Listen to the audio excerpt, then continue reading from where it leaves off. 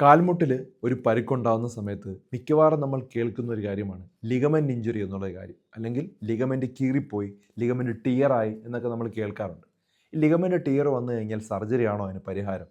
പല സ്പോർട്സ് ഇഞ്ചുറിയൊക്കെ വരുന്ന സമയത്ത് മിക്ക ആളുകളും സർജറി ചെയ്യുന്നതായിട്ട് കേട്ടിട്ടുണ്ട്. അതായത് ചില ഡോക്ടർമാർ പറയും ലിഗമെൻ്റ് ഇഞ്ചുറി ഉണ്ടാകുന്ന സമയത്ത് ഇമ്മീഡിയറ്റ്ലി സർജറി ചെയ്യണം. എനിക്ക് ലിഗമെൻ്റ് ഇഞ്ചുറി ഉണ്ടായ സമയത്ത് ഞാൻ എക്സസൈസ് വഴി എങ്ങനെ അത് പൂർണ്ണമായിട്ട് മാറ്റി എന്നുള്ളത് പറയാം. 2 പ്രാവശ്യമാണ് എനിക്ക് ഉണ്ടായത്.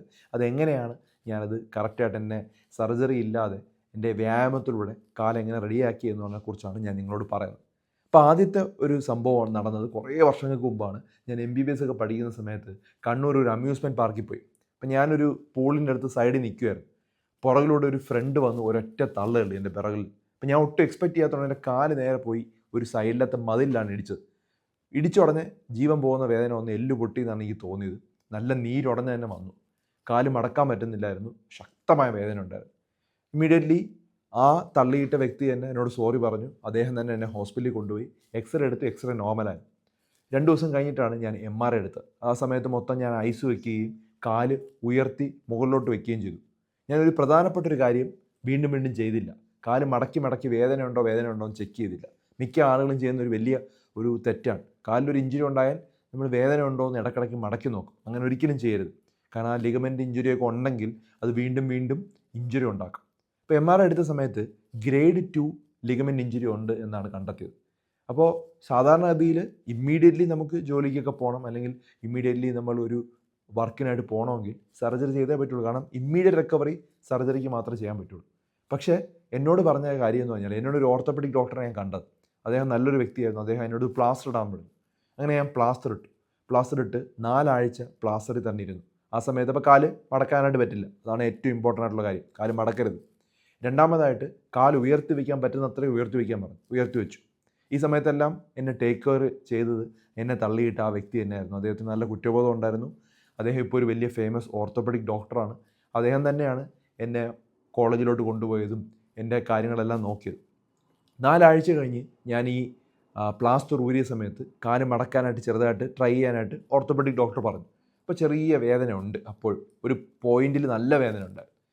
അപ്പോൾ ഫിസിയോതെറാപ്പിയും വ്യായാമങ്ങളും അദ്ദേഹം റെക്കമെൻഡ് ചെയ്തു. അത് ഞാൻ കണ്ടിന്യൂസ് 4 മുതൽ 6 മാസം വരെ കണ്ടിന്യൂസ് ചെയ്തു. എനിക്ക് കാല് ഒട്ടും മടക്കാൻ പറ്റുന്നില്ലായിരുന്നു. എന്നിൽ നിന്ന് പൂർണ്ണമായിട്ടും നടക്കാൻ പറ്റുന്ന രീതിയിലോട്ട് മാറി. അതുപോലെ ഒരു കുഴപ്പമില്ലാത്ത രീതിയിൽ ഇത്രയും വർഷങ്ങൾ ജീവിച്ചു. ഒരു 4 വർഷങ്ങൾക്ക് മുമ്പ് ഞാനിതുപോലെ അബുദാബിയിലുണ്ടായിരുന്ന സമയത്ത് ഞാൻ ജിമ്മിൽ പോകുമായിരുന്നു. ജിമ്മിൽ ആഴ്ചയിൽ ഒരു 4 ദിവസമൊക്കെ പോകും. അപ്പോൾ ഒരു ദിവസം പോയപ്പോൾ എനിക്ക് അധികം ടൈമില്ല. ഹോസ്പിറ്റലിൽ ഉടനെ കയറണം. അപ്പോൾ ഒരു 20 മിനിറ്റ്സാണ് ഞാൻ ജിമ്മിന് വേണ്ടി അലോക്കേറ്റ് ചെയ്ത ടൈം. അപ്പോൾ ഞാൻ വളരെ ധൃതി വെച്ച് ജിമ്മിലോട്ട് പോവുകയും വളരെ പെട്ടെന്ന് ഞാൻ വാമപ്പ് എക്സസൈസ് ചെയ്യുകയും അങ്ങോട്ടും ഇങ്ങോട്ടും തിരിയുകയൊക്കെ ചെയ്തു. ആ സമയത്ത് എൻ്റെ കാലൊന്ന് തിരിഞ്ഞുപോയി, ട്വിസ്റ്റായിപ്പോയി. അതേ കാലിൽ തന്നെ എനിക്ക് പെറ്റല്ല ഡിസ്ലൊക്കേഷൻ വന്നു. അതായത് എൻ്റെ പെറ്റല്ല എന്ന് പറഞ്ഞൊരു ബോണുണ്ട്, ചിരട്ട. ആ ചിരട്ട തെറ്റിപ്പോയിട്ട് അതേ കാലിൽ വേറൊരു ലിഗമെൻ്റ് ഇഞ്ചുറി ഉണ്ടായി. കാലിന് നല്ല നീര് വന്നു. അപ്പോൾ ഈ സമയത്ത് എനിക്ക് നല്ലോണം അറിയാം എന്ത് ചെയ്യണോ. ഞാൻ എന്ത് ചെയ്തു? കാല് അനക്കിയില്ല. കാല് ഇപ്രാവശ്യം പ്ലാസ്റ്റർ ഇടുന്നതിന് പകരം ഞാനൊരു നീ ക്യാപ്പ്, കാല് അനക്കാൻ പറ്റാത്ത രീതിയിലുള്ള നീ ക്യാപ്പ് ഇട്ടു. എക്സ്റേ എനിക്ക് ഉറപ്പായിരുന്നു ഒരു കുഴപ്പമില്ല. പക്ഷേ എക്സ്റേ എടുക്കണം. ഇവിടുത്തെ നിയമം അങ്ങനെയാണ്. എക്സ്റേ എടുത്തു. എക്സ്റേക്കകത്ത് ഒരു കുഴപ്പമില്ലായിരുന്നു. വീണ്ടും ഒരു 3 ദിവസം കഴിഞ്ഞതിന് ശേഷം ഞാനൊരു MRI എടുത്തു. MRIക്കകത്ത് ഞാൻ എക്സ്പെക്റ്റ് ചെയ്ത പോലെ തന്നെ വേറൊരു ലിഗമെൻറ്റിൽ ഇഞ്ചുറി, കാരണം വേദന അപ്പുറത്തെ സൈഡിലായിരുന്നു. വേറൊരു സൈഡിൽ ലിഗമെൻറ്റ് ഇഞ്ചുറി വന്നു. ഈ സമയത്ത് നല്ല നീരുണ്ടായിരുന്നു. നീരുള്ള സമയത്തൊന്നും ഞാനൊന്നും ചെയ്തില്ല. ഐസ് വെച്ചു, കാല് ഉയർത്തി വെച്ചു. ആ ഫോട്ടോസൊക്കെയാണ് നിങ്ങളിവിടെ കാണുന്നത്. അത് കഴിഞ്ഞതിന് ശേഷം ഞാൻ ഫിസിയോതെറാപ്പിക്ക് വേണ്ടി പോയി. കുറേ എക്സസൈസ് കണ്ടിന്യൂസ് ആയിട്ട് ചെയ്തു. ഞാനൊരു 4 മാസത്തോളം ഞാൻ കാല് മടക്കാനായിട്ട് അമിതമായി ശ്രമിച്ചില്ല. ഞാൻ വ്യായാമം തന്നെ ചെയ്തുകൊണ്ടിരുന്നു. കണ്ടിന്യൂസ് ആയിട്ട് എൻ്റെ ലിഗമെൻറ്റിനെ സ്ട്രെങ്തൻ ചെയ്യാനും എൻ്റെ മസിൽസിനെ സ്ട്രെങ്തൻ ചെയ്യാനുള്ള എക്സസൈസ് ചെയ്തുകൊണ്ടേയിരുന്നു. കുറച്ച് ദിവസം കഴിഞ്ഞപ്പോൾ എനിക്ക് വേദന പൂർണ്ണമായിട്ട് പോയി. പിന്നെ ഒരു 3 മാസമൊക്കെ കഴിഞ്ഞ് ഞാൻ കാല് മടക്കി തുടങ്ങിയപ്പം എനിക്ക് വേദന പൂർണ്ണമായിട്ട് മാറി. കുഴപ്പമൊന്നുമില്ല. ഞാൻ കുറച്ച് ദിവസങ്ങൾക്ക് മുമ്പ് പിന്നെ ടെന്നീസ് കളിക്കാനായിട്ട് പോയിരുന്നു. കുഴപ്പമില്ല. അതുപോലെ കുറച്ച് ദിവസം മുമ്പ് ക്രിക്കറ്റ് കളിച്ചിരുന്നു. അപ്പം ഒരു കുഴപ്പം ഇപ്പം ഇല്ല. അപ്പോൾ ഞാൻ നിങ്ങളോട് പറയാനായിട്ട് പോകുന്നത്, ഇതുപോലെ ലിഗമെൻ്റ് ഇഞ്ചുറി ഉണ്ടായിക്കഴിഞ്ഞാൽ വളരെ ക്ഷമയോടുകൂടി ഇത് അപ്രോച്ച് ചെയ്യാനായിട്ട് നോക്കുക. അപ്പോൾ എന്തൊക്കെ വ്യായാമങ്ങളാണ് ഈ സമയത്ത് ചെയ്യേണ്ടത്, എന്തൊക്കെ കാര്യങ്ങൾ ചെയ്താൽ അതിൻ്റെ എഫക്റ്റീവാണ്, അത്തരം കാര്യങ്ങൾ ഞാൻ ഡീറ്റെയിൽ ആയിട്ട് പറയാം. നമ്മൾ മനസ്സിലാക്കേണ്ടത്, നമ്മുടെ മുട്ട് എന്ന് പറയുമ്പോഴത്തേക്ക് അവിടെ പലതരത്തിലുള്ള എല്ലുകളുണ്ട്. ഈ തുടയിലുള്ള എല്ലാണ് ഫീമർ. അത് വളരെ ലോങ് ബോണാണ്. തൊട്ട് താഴെയായിട്ട് നമുക്ക് ടിബിയ ഫിബുല എന്ന് പറഞ്ഞിട്ടുള്ള 2 എല്ലുകളുണ്ട്. അതിൻ്റെ നടുക്കായിട്ടാണ് പെറ്റല, അതൊരു ചിരട്ട എന്ന് പറയുന്ന എല്ല്. ഇതിനെല്ലാം ബന്ധിപ്പിക്കുന്ന തരത്തിലുള്ള ലിഗമെൻസുകളുണ്ട് അങ്ങോട്ടും ഇങ്ങോട്ടും. അതുകൊണ്ടാണ് നമുക്ക് കാല് അങ്ങോട്ടും ഇങ്ങോട്ടൊക്കെ മാറ്റാനും ചരിക്കാനൊക്കെ പറ്റുന്നത്, നടക്കാനൊക്കെ പറ്റുന്നത്. നമ്മൾ സ്റ്റെപ്പ് കയറുമ്പോഴെല്ലാം അതാണ് ഹെൽപ്പ് ചെയ്യുന്നത്.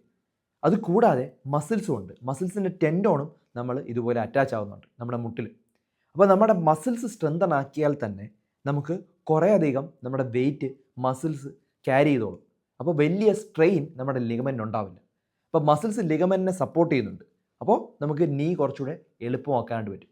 ഇപ്പം ഞാൻ ഈ വീഡിയോയിൽ പറയുന്ന ഈ സിമ്പിൾ എക്സസൈസ് പതുക്കെ പതുക്കെ വേണം ചെയ്യാൻ. നിങ്ങൾക്ക് എന്തെങ്കിലും കാരണവശാൽ ബുദ്ധിമുട്ടുണ്ടാകുന്നുണ്ടെങ്കിൽ സ്റ്റോപ്പ് ചെയ്യണം. സ്റ്റോപ്പ് ചെയ്തിട്ട് നമ്മൾ പിറകോട്ട് വരണം, മുമ്പോട്ടല്ല പോകേണ്ടത്. നമ്മളൊരു എക്സസൈസ് പറഞ്ഞു കഴിഞ്ഞാൽ ഒന്നില്ലെങ്കിൽ ആളുകൾ അത് ചെയ്യാതിരിക്കും, അല്ലെങ്കിൽ എക്സ്ട്രീമായിട്ട് ചെയ്യും. ഇത് രണ്ടും പാടില്ല. പറയുന്നത് പോലെ തന്നെ ചെയ്യണം. ലൈഫ് മാറ്റുന്ന തരത്തിലുള്ള ഒരു വ്യായാമങ്ങളാണ് ഞാൻ പറയുന്നത്.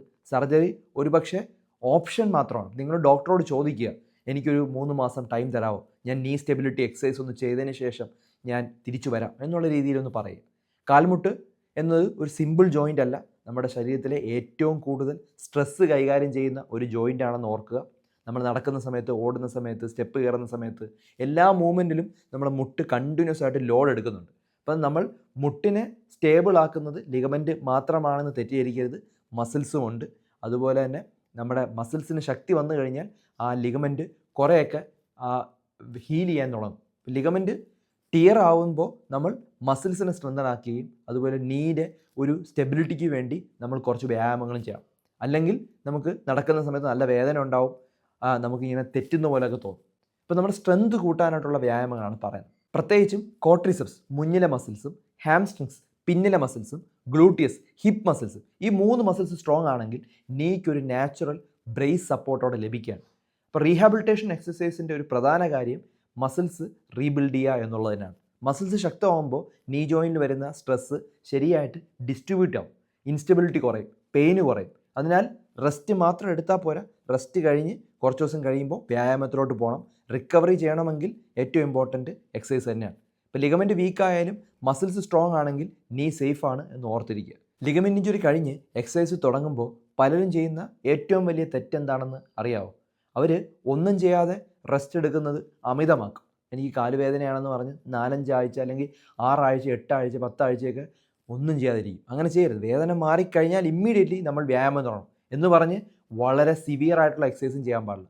ആദ്യത്തെ റൂള്, പെയിൻ ഉണ്ടെങ്കിൽ ഫോഴ്സ് ചെയ്യരുത്. ചെറിയ ഡിസ്കംഫോർട്ട് ആണെങ്കിൽ കുഴപ്പമില്ല.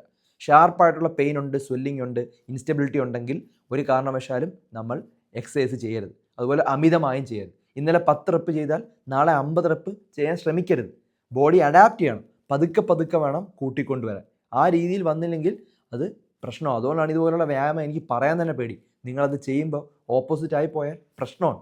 അപ്പം അതുകൊണ്ട് ഇത് ഒത്തിരി ആളുകൾ ചോദിച്ചുകൊണ്ട് മാത്രമാണ് ഞാൻ പറഞ്ഞത്. ഒരു വർഷമായിട്ട് എന്നോട് ആൾക്കാർ ചോദിക്കുന്ന ഒരു കാര്യമാണ്. ഒരു കാര്യം കൂടെ ഓർക്കണം, ഒറ്റയടിക്ക് റിസൾട്ട് വരുമെന്ന് പ്രതീക്ഷിക്കരുത്. വളരെ കൺസിസ്റ്റൻ്റ് ആയിട്ട്, ഞാൻ പറഞ്ഞില്ലേ, ഒരു 3 മാസം 4 മാസമൊക്കെ വ്യായാമം ചെയ്താലേ അത് എഫക്റ്റീവ് ആവുള്ളൂ. നിങ്ങൾ ഒഴിവാക്കുന്നത് ഒരു സർജറിയാണ്, അല്ലെങ്കിൽ ഒഴിവാക്കുന്നത് നിങ്ങളൊരു ഡിസബിലിറ്റിയാണ്, ഒഴിവാക്കുന്നത് നിങ്ങളുടെ വേദനയാണ്. അപ്പോൾ അതിനുവേണ്ടി കുറച്ച് നാൾ നമ്മൾ എക്സസൈസ് വേണം.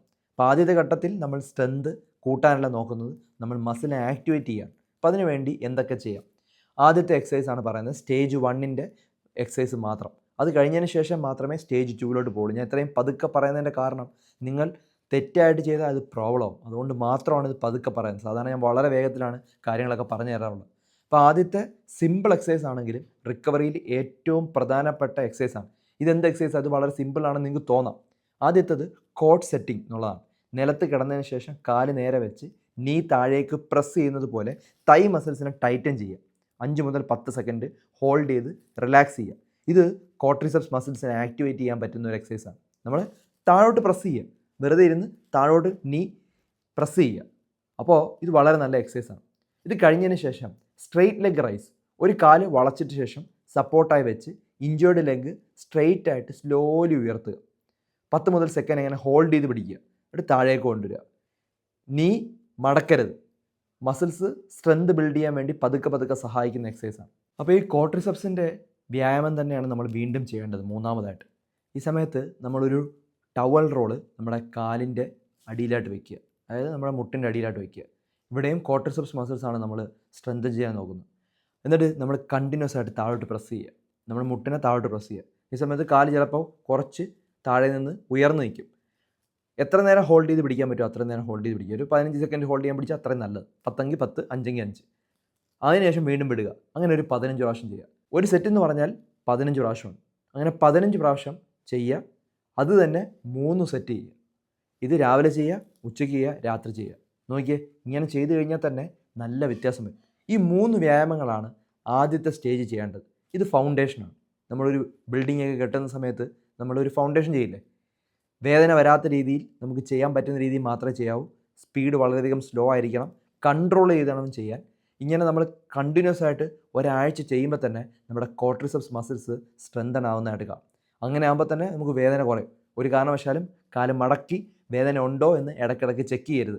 അതാണ് ഏറ്റവും വലിയ തെറ്റ് മിക്ക ആളുകളും ചെയ്യുന്നത്. അതുപോലെ കാല് മടക്കാതിരിക്കാൻ നോക്കുക. ഈ സമയത്ത് സ്റ്റെപ്പ് കയറാനോ ഈ സമയത്ത് നമ്മൾ കുനിഞ്ഞിരിക്കാനോ മുട്ട് മടക്കാനോ നോക്കരുത്. കാരണം മുട്ടിനെ നമ്മൾ ശക്തിയാക്കിക്കൊണ്ടിരിക്കുകയാണ്. വീണ്ടും വീണ്ടും ആ ലിഗമെൻറ്റ് കീറിയിരിക്കുന്ന ലിഗമെൻറ്റ് നമ്മൾ ഇങ്ങനെ അനക്കിക്കൊണ്ടിരുന്നാൽ കൂടുതൽ കീറിപ്പോവും. അങ്ങനെ ഒരു കാരണവശാലും ചെയ്യരുത്.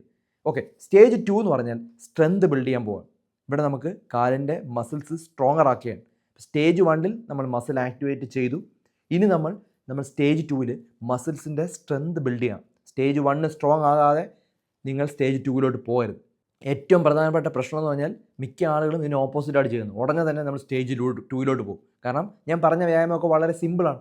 അപ്പോൾ അതുകൊണ്ട് അവർ വിചാരിക്കും എന്തിനാണ് ഇതൊക്കെ ചെയ്തുകൊണ്ടിരിക്കുന്നത്, ഇത് ചെയ്യാൻ എനിക്ക് എളുപ്പമല്ലേ, ഞാൻ ഉടനെ തന്നെ അടുത്ത സ്റ്റേജിലോട്ട് പോകാമെന്ന് പറഞ്ഞ് ചെയ്യരുത്. അത് നീ പ്രശ്നമോ മുട്ട് പ്രോബ്ലമോ. ഓക്കെ, ഈ ഒരു സ്റ്റേജ് 2 ഉള്ള എക്സസൈസ് എന്ന് പറഞ്ഞാൽ സ്റ്റാറ്റിക് സ്ക്വാറ്റ് എക്സസൈസ് ഉണ്ട്, വാൾ സപ്പോർട്ട് എക്സസൈസ് ഉണ്ട്, step up hamstring strengthening exercise ഉണ്ട്. സ്റ്റാറ്റിക് സ്ക്വാറ്റ് ചെയ്യുന്ന സമയത്ത് വാൾ സപ്പോർട്ട് എടുത്ത് സ്ലോലി ഹാഫ് സ്ക്വാറ്റ് ചെയ്യുന്ന പൊസിഷനിൽ നിൽക്കുക. 10 മുതൽ 20 സെക്കൻഡ് അങ്ങനെ ഹോൾഡ് ചെയ്യുക. ഇത് തൈയുടെ മസിൽസ് സ്ട്രോങ് ആക്കാൻ വേണ്ടി ഹെൽപ്പ് ചെയ്യുന്നതാണ്. ഓക്കെ, വേദന മാറിയതിനു ശേഷം ചെയ്യാൻ പറ്റും. ഇവിടെ നമ്മൾ കാല് പൂർണ്ണമായിട്ട് മടക്കുന്നില്ല, നമ്മൾ കുറച്ചേ മടക്കുന്നുള്ളൂ. നമുക്ക് വേദന വരുന്നതിന് തൊട്ട് മുമ്പ് വെച്ച് നമ്മൾ നിർത്തിയാണ്. അതിന് തൊട്ട് മുകളിൽ വെച്ച് വാൾ സ്ക്വാറ്റ് സ്റ്റോപ്പ് ചെയ്യണം. ഫുള്ളി കാല് മടക്കരുത്. ഇനി നമുക്ക് ഹാംസ്ട്രിങ് സ്ട്രെങ്തനിങ് എക്സസൈസ് ആണ്. ഈ എക്സസൈസും വളരെ സ്ലോ ആയിട്ട് കൺട്രോളായിട്ട് ചെയ്യാവൂ.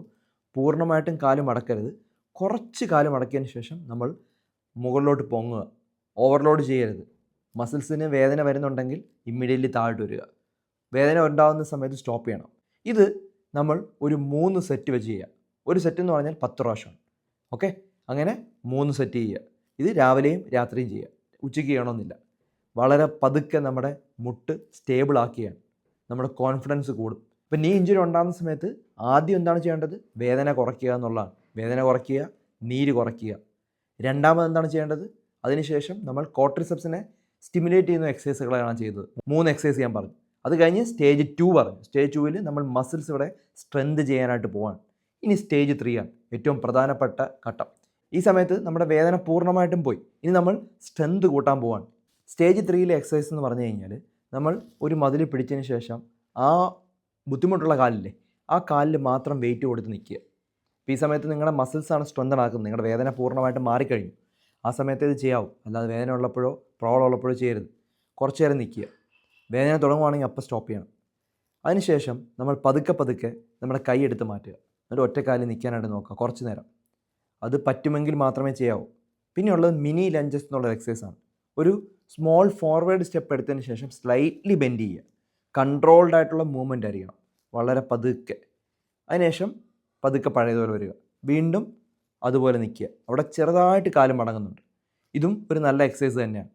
മൂന്നാമതായിട്ടുള്ളത് നമ്മുടെ കാഫിനുള്ള എക്സസൈസാണ്. നമ്മൾ സ്റ്റെപ്പിൽ നിന്നതിന് ശേഷം അല്ലെങ്കിൽ ഒരു സൈഡിൽ നിന്നതിന് ശേഷം പതുക്കെ മുകളിലോട്ട് പൊങ്ങുക, വളരെ പതുക്കെ താഴോട്ട് വരിക. ഈ സമയത്ത് നമ്മുടെ കാഫും അതുപോലെ നമ്മുടെ ഹാംസ്ട്രിങ് മസിൽസും സ്ട്രെങ്തൻ ആക്കുകയാണ്. ഒരു 5 സെക്കൻഡ് നമ്മൾ മുകളിലെത്തിയതിന് ശേഷം ഹോൾഡ് ചെയ്ത് പിടിച്ചാലും നല്ലതാണ്. ഓക്കെ, വളരെ പതുക്കെ ചെയ്യാവും. വളരെ ഫാസ്റ്റായിട്ടല്ല ചെയ്യേണ്ടത്. അത് തെറ്റാണ്. അപ്പോൾ ഇത് പതുക്കെ ചെയ്തു തുടങ്ങിയാൽ വലിയ ചേഞ്ച് തോന്നും. നമ്മൾ നടക്കുന്ന സമയത്തും കാല് മടക്കുന്ന സമയത്തും ഒക്കെ നമുക്ക് കോൺഫിഡൻറ്റ് വരും, വേദന കുറയും, ഫർദർ ഇഞ്ചുറീസ് പ്രിവെൻറ്റ് ചെയ്യും. കാരണം നമ്മുടെ മസിൽസ് ഇവിടെ സ്ട്രെങ്തൻ ആക്കുകയാണ്. ഒരു ഘട്ടം കഴിയാതെ അടുത്ത ഘട്ടത്തിലോട്ട് പോകരുത്. ഒരു ഘട്ടം കോൺഫിഡൻ്റ് ആണെങ്കിൽ മാത്രമേ, ചിലപ്പോൾ അത് ഒരാഴ്ച എടുക്കാം, ചിലപ്പോൾ 2 ആഴ്ച എടുക്കാം, ചിലപ്പോൾ അത് 4 ആഴ്ച എടുക്കാം. പതുക്കെ കോൺഫിഡൻ്റ് ആയതിനു ശേഷം അടുത്ത ഘട്ടത്തിലോട്ട് പോവുക. ഒരു ഫിസിയോതെറാപ്പിയുടെ ഒരു സപ്പോർട്ട് കിട്ടുവാണെങ്കിൽ അതാണ് ഏറ്റവും നല്ലത്. ഇപ്പോൾ നിങ്ങളുടെ ഒരു മുട്ട് വളരെയധികം സ്ട്രെങ്ത് കൂടി, സ്റ്റെബിലിറ്റി കൂടി, അതുപോലെ ഇനി ഇഞ്ചുറി വരുന്നതും പ്രിവെൻറ്റ് ചെയ്യാം. ജിമ്മിൽ പോയിട്ട് കുറച്ച് വെയിറ്റ് എടുത്തിട്ടുള്ള വ്യായാമങ്ങൾ ഈ സമയത്ത് ചെയ്തു തുടങ്ങാം. പക്ഷേ ആദ്യത്തെ സ്റ്റേജിൽ കാല് ഫുള്ളി മടക്കുന്ന രീതിയിലുള്ള വ്യായാമങ്ങൾ ചെയ്യരുത്. നമ്മൾ ലെഗിന് മാത്രം സ്ട്രെങ്തൻ ചെയ്യാനായിട്ടുള്ള എക്സസൈസ് ചെയ്യുക. അത് കഴിഞ്ഞതിന് ശേഷം മാത്രമേ കാല് പൂർണ്ണമായിട്ടും മടക്കുന്ന രീതിയിലുള്ള വ്യായാമങ്ങൾ ചെയ്യാവൂ. അപ്പോൾ പലതരത്തിലുള്ള വ്യായാമങ്ങളും നമുക്ക് ജിമ്മിൽ ചെയ്യാനായിട്ട് വരും. കാല് ഫുള്ളി മടക്കാതെ തന്നെ നമ്മുടെ മസിൽസ് സ്ട്രോങ്ങർ ആക്കാൻ പറ്റുന്ന പല വ്യായാമങ്ങളും ഉണ്ട്. അപ്പോൾ അതിനകത്തുള്ള 2-3 വീഡിയോസാണ് ഞാനിവിടെ കാണിക്കുന്നത്. അതൊക്കെ ആദ്യം ചെയ്യുക. അത് കഴിഞ്ഞതിന് ശേഷം മാത്രമേ നമ്മൾ കാല് ഫുള്ളി മടക്കുന്ന രീതിയിലുള്ള വ്യായാമങ്ങൾ ചെയ്യാവൂ. ഓക്കെ, ഇപ്പോൾ ജോഗിങ് ചെയ്യാം, ചെറുതായിട്ട് നടന്നു തുടങ്ങാം. അതെല്ലാം സ്റ്റേജ് 3യുടെ കൂടെ ചെയ്യാൻ പറ്റുന്ന എക്സസൈസാണ്. ഇത് വളരെ എഫക്റ്റീവായിട്ടുള്ള കുറച്ച് വ്യായാമങ്ങളാണ് ഞാൻ നിങ്ങളോട് പറഞ്ഞത്. ഇത് ധാരാളം ആളുകളുടെ അറിവിലേക്ക് ഷെയർ ചെയ്ത് കൊടുക്കുക. കാരണം പലർക്കും ഒരു ലിഗമെൻ്റ് ഇഞ്ചുറി വന്നു കഴിഞ്ഞാൽ പേടിയാണ്. ഇത് വീണ്ടും പ്രശ്നമാവുമോ, അതിനുശേഷം അവർ നടക്കാതാവും, കൂടുതൽ വെയിറ്റ് കൂടും. ആ വെയിറ്റ് കൂടുന്ന കാരണം ആ വെയിറ്റ് കാലിൽ വന്നതിന് ശേഷം വീണ്ടും വേദന കൂടും. ഇതൊക്കെയാണ് മിക്ക ആളുകൾക്കും ഉണ്ടാകുന്ന പ്രശ്നം. ഇപ്പോൾ നോർമൽ ആക്ടിവിറ്റീസൊക്കെ നിങ്ങൾക്ക് ചെയ്യാൻ പറ്റും, പക്ഷേ പതുക്കെ വേണം ചെയ്തു തുടങ്ങാൻ. ഓക്കെ, അപ്പോൾ ഈ ഒരു കാര്യം കറക്റ്റായിട്ട് ഫോളോ ചെയ്യാനൊന്ന് നോക്കുക. പറഞ്ഞ പല കാര്യങ്ങളും ഇടയ്ക്കിടയ്ക്ക് ചെയ്യാതെ കറക്റ്റായിട്ട് കൺസിസ്റ്റൻ്റായിട്ട് ഫോളോ ചെയ്താൽ നമുക്ക് വ്യായാമം കൊണ്ട് തന്നെ കുറേ മാറ്റം നമുക്ക് വരുത്താനായിട്ട് പറ്റും. അപ്പം ധാരാളം ആളുകളുടെ അറിവിലേക്ക് ഇത് ഷെയർ ചെയ്ത് കൊടുക്കുക. ഇനി ഇത്തരത്തിലുള്ള വീഡിയോസ് ഞാൻ ഷെയർ ചെയ്യാനായിട്ട് ശ്രമിക്കാം.